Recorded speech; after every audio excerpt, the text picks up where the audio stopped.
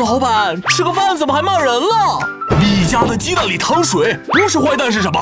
这不是坏蛋，是溏心蛋。溏心蛋？这里面也没糖啊！溏心蛋是一种蛋黄呈流质的煮鸡蛋，不是加糖的蛋，也不是变质的坏蛋。嘿嘿，哥来教教你，坏蛋是怎样炼成的。我也来教教你，溏心蛋是怎样炼成的。溏心蛋是用70度水加点盐，把鸡蛋煮成7成熟，再用油、冰糖、酱油、水、八角熬至卤汁。剥开蛋壳，把煮鸡蛋放入卤汁中浸泡1天，溏心蛋就做成了。你确定这窜稀的鸡蛋吃了不窜稀吗？其实鸡蛋原本就是生吃的，就像生鸡蛋拌饭、啤酒加生鸡蛋、黄鼠狼偷鸡蛋都是直接生吃的。你把我比喻成黄鼠狼，你还是坏蛋啊！我没这个意思啊，黄总。